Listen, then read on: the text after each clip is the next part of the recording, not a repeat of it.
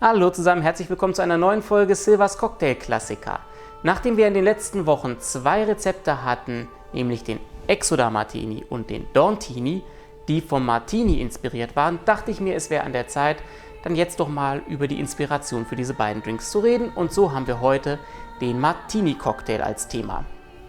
Wir starten wieder mit der Geschichte und da gehen wir zurück irgendwo in die zweite Hälfte des 19. Jahrhunderts. So ganz genau ist es nicht überliefert.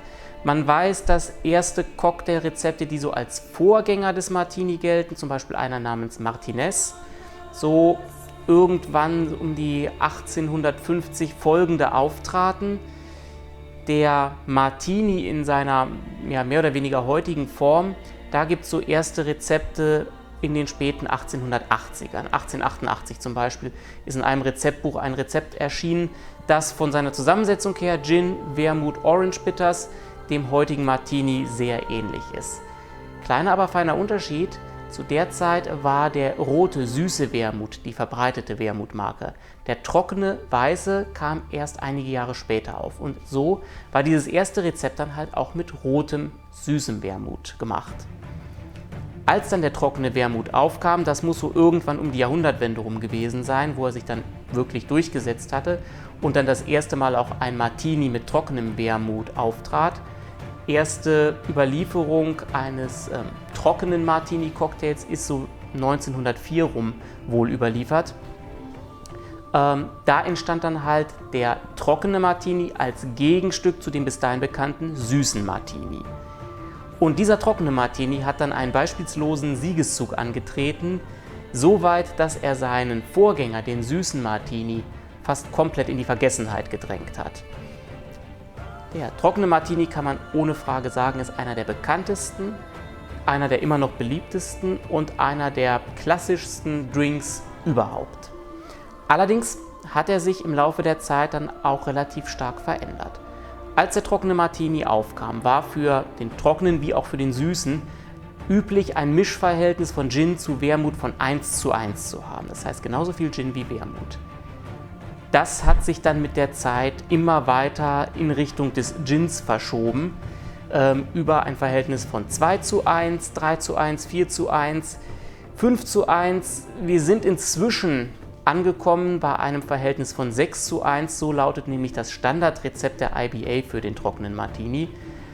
Aber da stoppt es nicht, es gibt durchaus auch Fans des trockenen Martinis, die ihn noch trockener haben wollen. 7:1 oder noch höhere Mischverhältnisse, bis hin zu denen, die der Meinung sind, ein trockener Martini wäre dann am besten, wenn man ein Glas mit Gin rührt und während des Rührens der Schatten einer Wermutflasche darauf fällt.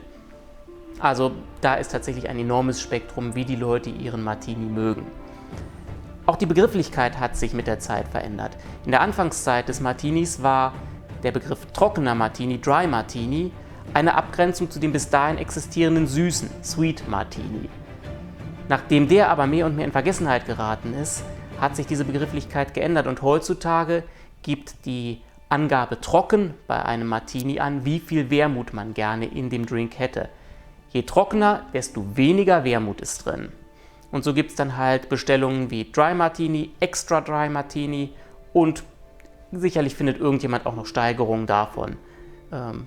Staubtrocken oder was auch immer einem da noch einfallen könnte. Die Rezeptur hat sich auch leicht verändert.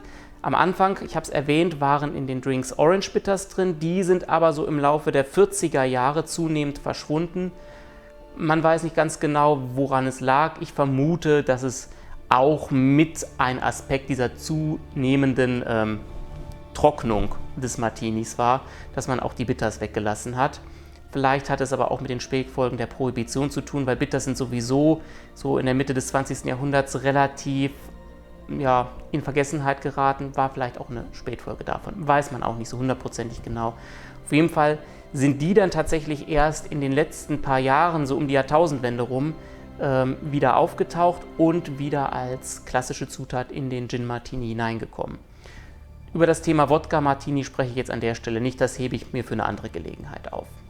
Kommen wir also zur Zubereitung des Martinis und wie ich schon erwähnt habe, da gibt es ein relativ breites Spektrum, mit welchem Mischverhältnis man diesen Drink zubereiten kann. Ich habe für mich persönlich ein Schema entwickelt, wie ich mit Martini-Bestellungen umgehe. Wenn jemand bei mir einen Martini bestellt und nichts weiter dazu sagt, ist auf jeden Fall klar, es soll ein trockener Martini sein. Und wenn kein zusätzliches Attribut wie trocken oder ähnliches dazu genannt wird, nehme ich ein Mischverhältnis von 5:2. Gin zu Wermut plus 2 Spritzer Orange Bitters. Wenn jemand einen trockenen Martini explizit so bestellt, dann gehe ich auf das Standardverhältnis aus dem IBA-Rezept und mache 6:1 mit einem Spritzer Orange Bitters. Und wenn jemand weiter hochgeht und zum Beispiel extra trocken bestellt, dann nehme ich halt entsprechend weniger Wermut. Dann sind es zum Beispiel 6,5 Zentiliter zu 0,5 Zentiliter und ich lasse die Orange Bitters weg. So teile ich es mir ein, außer jemand bestellt explizit ein bestimmtes Mischverhältnis, dann soll er es dazu sagen, dann mache ich ihm das natürlich auch. Was die Garnitur angeht, bevor ich jetzt zeige, wie man das dann macht, auch da gibt es 2 Optionen, die man entweder oder auch kombiniert benutzen kann.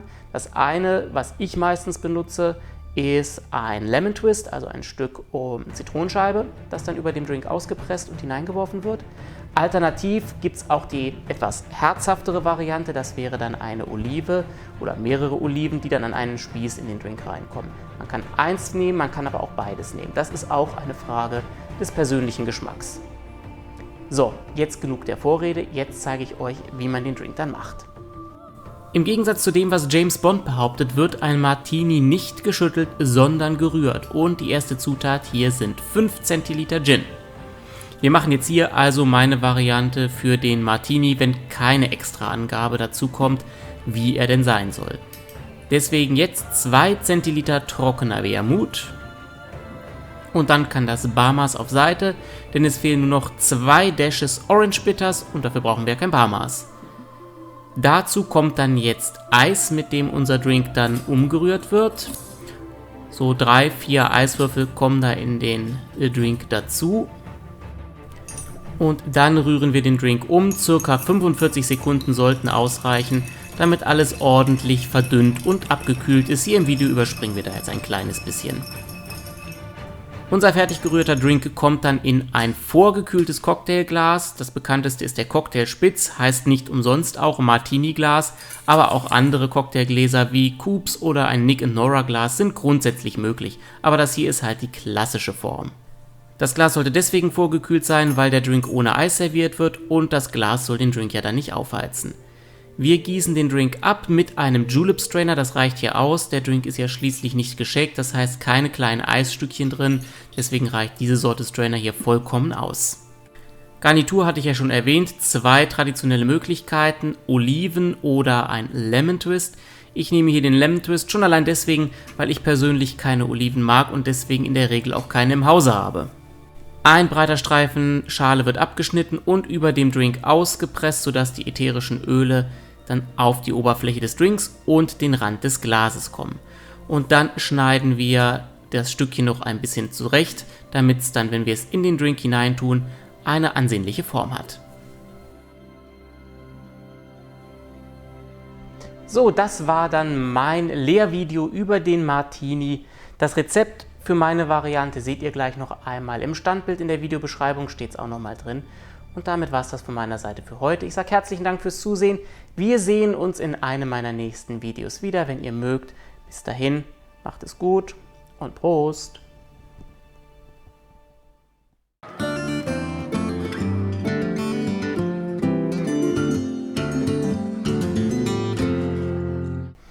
Dessen Anfänge liegen irgendwo im zweiten Dingsbums.